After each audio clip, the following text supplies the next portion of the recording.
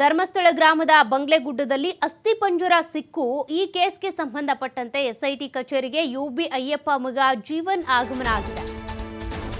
ಈಗಾಗಲೇ ಬಂಗ್ಲೆಗುಡ್ಡದಲ್ಲಿ ಭೂಮಿಯ ಮೇಲ್ಭಾಗದಲ್ಲೇ ಮೂಳೆಗಳು ಅಸ್ಥಿಪಂಜರಗಳು ಸಿಕ್ಕಿವೆ.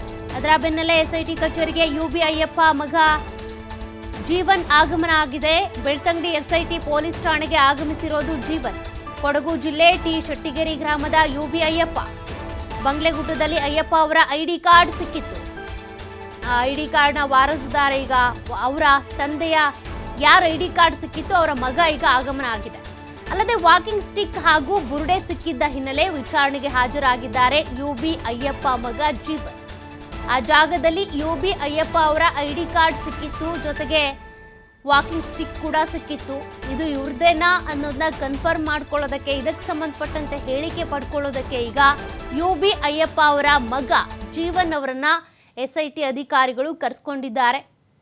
ಬೆಳ್ತಂಗಡಿ ಎಸ್ಐಟಿ ಪೊಲೀಸ್ ಕಚೇರಿಯಲ್ಲಿನೇ ವಿಚಾರಣೆ ಈಗ ಶುರುವಾಗ್ತಾ ಇದೆ. ಕೊಡಗು ಜಿಲ್ಲೆಯ ಟಿ ಶೆಟ್ಟಿಗೆರೆ ಗ್ರಾಮದ ನಿವಾಸಿಗಳಿವರು. ಈ ರೀತಿಯಾಗಿ ಬಂಗ್ಲೆಗುಡ್ಡದಲ್ಲಿ ಕಾರ್ಯಾಚರಣೆ ನಡೀತಾ ಇರುವಂಥ ಸಂದರ್ಭದಲ್ಲಿ ಯುಬಿ ಅಯ್ಯಪ್ಪ ಅವರ ಐಡಿ ಕಾರ್ಡ್ ಸಿಕ್ಕಿತ್ತು, ಜೊತೆಗೆ ಒಂದು ವಾಕಿಂಗ್ ಸ್ಟಿಕ್ ಕೂಡ ಸಿಕ್ಕಿತ್ತು. ಹೀಗಾಗಿ ಇದಕ್ಕೆ ಸಂಬಂಧಪಟ್ಟಂತೆ ಈಗ ಮಾಹಿತಿ ಪಡ್ಕೊಳ್ಳೋದಕ್ಕೆ ಅಂತ ಯುಬಿ ಅಯ್ಯಪ್ಪ ಅವರ ಪುತ್ರ ಜೀವನ್ ಅವರನ್ನ ಎಸ್ಐಟಿ ಅಧಿಕಾರಿಗಳು ತನಿಖೆಗೆ ಅಂತ ಕರೆಸ್ಕೊಂಡಿದ್ದಾರೆ. ಈ ಸಂದರ್ಭದಲ್ಲಿ ಏನೆಲ್ಲ ಮಾಹಿತಿ ಲಭ್ಯವಾಗುತ್ತೆ ಅನ್ನೋದನ್ನು ನಾವು ಗಮನಿಸಬೇಕಿದೆ.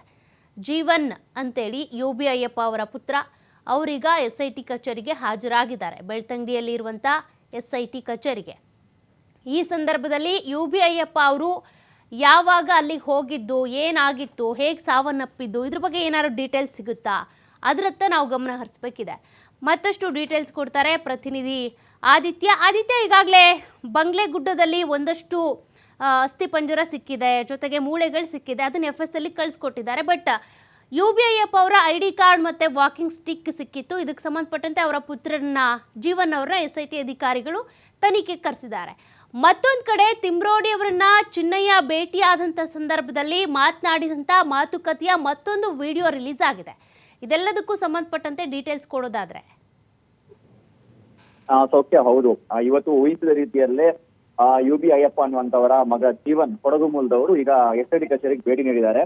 ಸೊ ಬಹುತೇಕ ಅವರಿಂದ ಈಗ ವಿಚಾರಣೆ ಮಾಡಿ ಅವರ ಒಪ್ಪಿಗೆ ಇದ್ರೆ ಮುಂದಕ್ಕೆ DNA ಫೈಂಡಿಂಗ್ಸ್ಗೋಸ್ಕರ ಅವರ ರಕ್ತದ ಮಾದರಿಯನ್ನ ಕಾನೂನಾತ್ಮಕ ರೀತಿಯಲ್ಲಿ SIT ಪಡೆಯುವಂತ ಸಾಧ್ಯತೆಗಳು ಕೂಡ ಇದೆ. ಯಾಕಂದ್ರೆ ಈಗಾಗಲೇ 7 ಬುರುಡೆಗಳು ಪತ್ತೆಯಾಗಿದೆ, 7 ಅವಶೇಷಗಳು ಪತ್ತೆಯಾಗಿದೆ. ಸೊ ಇದನ್ನ FSL ರಿಪೋರ್ಟಿಗೋಸ್ಕರ ಕಾದು ಕೂತ್ರೆ ತಿಂಗಳುಗಳೇ ಕಳೆಯುವಂತ ಸಾಧ್ಯತೆಗಳು ಕೂಡ ಇದೆ.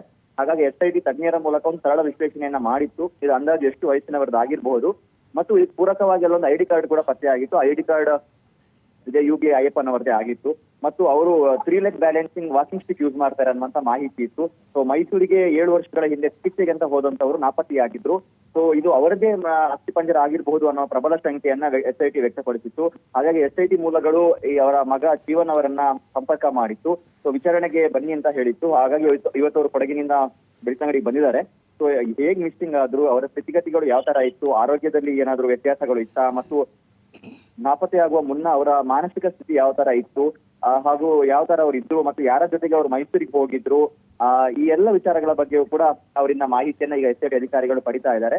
ಸೊ ಎಲ್ಲ ಮಾಹಿತಿಗಳು ಎಲ್ಲೋ ಒಂದ್ ಕಡೆ ತಾಳೆ ಆಯ್ತು ಅನ್ನುವಂತ ಕ್ಲಾರಿಟಿ ಏನಾದ್ರು SIT ಸಿಕ್ಕ್ರೆ ಸೊ ಅವರಿಂದ ಈ DNA ಫೈಂಡಿಂಗ್ಸ್ಗೋಸ್ಕರ ರಕ್ತದ ಮಾದರಿಯನ್ನ ಪಡೆಯುವ ರೀತಿಯಲ್ಲಿ ಅವರಿಗೆ ಮನವಿಯನ್ನ ಮಾಡುವ ಸಾಧ್ಯತೆಗಳು ಕೂಡ ಇದೆ. ಇನ್ ಕೇಸ್ ಜೀವನ್ ಒಪ್ಪಿದ್ರೆ ಮೊದಲ ಬಾರಿಗೆ ಅಂದ್ರೆ ಈ ಪ್ರೊಸೆಸ್ ಈ ಪ್ರಕರಣದಲ್ಲಿ ಬಹಳ ದೊಡ್ಡ ಪ್ರಮಾಣದಲ್ಲಿ ಆಗುತ್ತೆ ಅನ್ನೋ ನಿರೀಕ್ಷೆಗಳಿತ್ತು. ಅಂದ್ರೆ ಅಸ್ಥಿಪಂಜರಗಳು ಸಿಕ್ಕ ಕೂಡಲೇ ಅವರ ಕುಟುಂಬಸ್ಥರು ಮುಂದೆ ಬರ್ತಾರೆ, ಈ ತರ DNA ಫೈಂಡಿಂಗ್ಸ್ ಆಗುತ್ತೆ. ಆದ್ರೆ ಚಿನ್ನಯ್ಯ ತೋರಿಸಿದ ಜಾಗಗಳಲ್ಲಿ ಅಸ್ಥಿಪಂಜರ ಸಿಕ್ಕರು ಕೂಡ ದೂರು ಕೊಡುವಂತವ್ರು ಯಾರು ಇರ್ಲಿಲ್ಲ. ಹಾಗಾಗಿ DNA ಫೈಂಡಿಂಗ್ಸ್ ವರೆಗೂ ಕೂಡ ಯಾವುದೇ ಪ್ರಕರಣ ಹೋಗಿರ್ಲಿಲ್ಲ. ಆದ್ರೆ ಮೊದಲ ಬಾರಿಗೆ ಈ ಪ್ರಕರಣದಲ್ಲಿ ಈಗ DNA ಫೈಂಡಿಂಗ್ಸ್ ಗೆ ಹೋಗುವ ಸಾಧ್ಯತೆಗಳು ಕೂಡ ಇದೆ.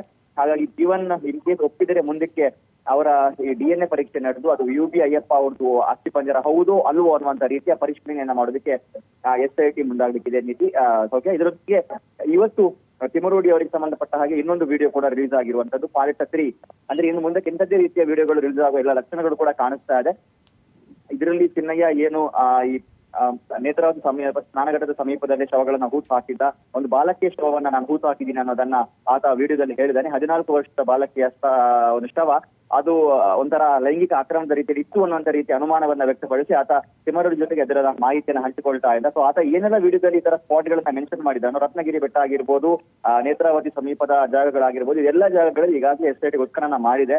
ಆತ ಏನು ಈಗ ನೇತ್ರಾವತಿ ಸೇತುವೆ ಅಂತ ಹೇಳ್ತಾ ಇದ್ದಾನೋ ಆ ಜಾಗ ಪಾಯಿಂಟ್ ನಂಬರ್ 8 ಅಲ್ಲೂ ಕೂಡ ಏನು ಸಿಕ್ಕಿರ್ಲಿಲ್ಲ SIT ಉತ್ಖನನ ಮಾಡುವ ವೇಳೆಯಲ್ಲಿ. ಉಳಿದಂತೆ ಬಂಗ್ಲಗುಡ್ಡದ ಜಾಗದ ವಿಚಾರಗಳನ್ನ ಕೂಡ ಆತ ಅದರಲ್ಲಿ ಉಲ್ಲೇಖ ಮಾಡಿದ್ದಾನೆ ಮತ್ತು ರಕ್ಷಣೆ ಕೊಡುವಂತ ವಿಚಾರದಲ್ಲೂ ಕೂಡ ಆತ ತಿಮರೋಡಿಗೆ ಮನವಿ ಮಾಡಿರುವಂತದ್ದು ಕೂಡ ಇದೆ. ಸೊ ಇದು 2 ವರ್ಷದ ಹಿಂದಿನ ವಿಡಿಯೋ ಅಂತ ಹೇಳಲಾಗ್ತಾ ಇದೆ. ಇನ್ ಕೇಸ್ ಅದೇ ಸತ್ಯವಾಗಿದ್ರೆ ಸೊ ಈ ಪ್ರಕರಣಕ್ಕೆ ಮತ್ತೊಂದು ತಿರುವು ಅಂತ ಹೇಳ್ಬೋದು. ಮತ್ತು ಈ ಮಹೇಶ್ವರಿ ತಿಮರೋಡಿ ಆದಿಯಾಗಿ ಏನು ಗಿರೀಶ್ ಮಠಣ್ಣವರ್, ಜಯಂತ್ ಟಿ ಇವರ ವಿರುದ್ಧ ಇದೊಂದು ಷಡ್ಯಂತ್ರ ಮಾಡಿದ್ದಾರೆ ಅನ್ನುವಂತ ಆರೋಪ ಆಯಿತು. ಸೊ ಅದನ್ನ ಡಿಫೆಂಡ್ ಮಾಡ್ಕೊಳ್ಳುವ ರೀತಿಯಲ್ಲಿ ಅದಕ್ಕೆ ಒಂದು ತಿರುಗುಬಾಣದ ರೀತಿಯಲ್ಲಿ ಈಗ ಒಂದೊಂದೇ ವಿಡಿಯೋಗಳು ವೈರಲ್ ಆಗ್ತಾ ಇದೆ. ಮುಂದಕ್ಕೆ ಕೂಡ ಈ ಪ್ರೊಸೆಸ್ ನಿಲ್ಲೋದಿಲ್ಲ. ಸುಮಾರು 20ಕ್ಕೂ ಅಧಿಕ ಇಂತಹ ವಿಡಿಯೋಗಳು ಇದೆ ಅಂತ ಹೇಳಲಾಗ್ತಾ ಇದೆ. ಇದರಲ್ಲಿ ಸಾಕಷ್ಟು ಪ್ರಭಾವಿಗಳು ಕೂಡ ಇರುವಂತ ವಿಡಿಯೋಗಳು ಕೂಡ ಇದೆ ಅನ್ನುವಂಥದ್ದು ಹೇಳಲಾಗ್ತಾ ಇದೆ. ಹಾಗಾಗಿ ಬಹಳ ಕುತೂಹಲಕ್ಕೆ ಈ ಬೆಳವಣಿಗೆ ಕಾರಣವಾಗಿದೆ. ಸೌಖ್ಯ. Okay, thank you Aditya ಡೀಟೇಲ್ಸ್ಗೆ.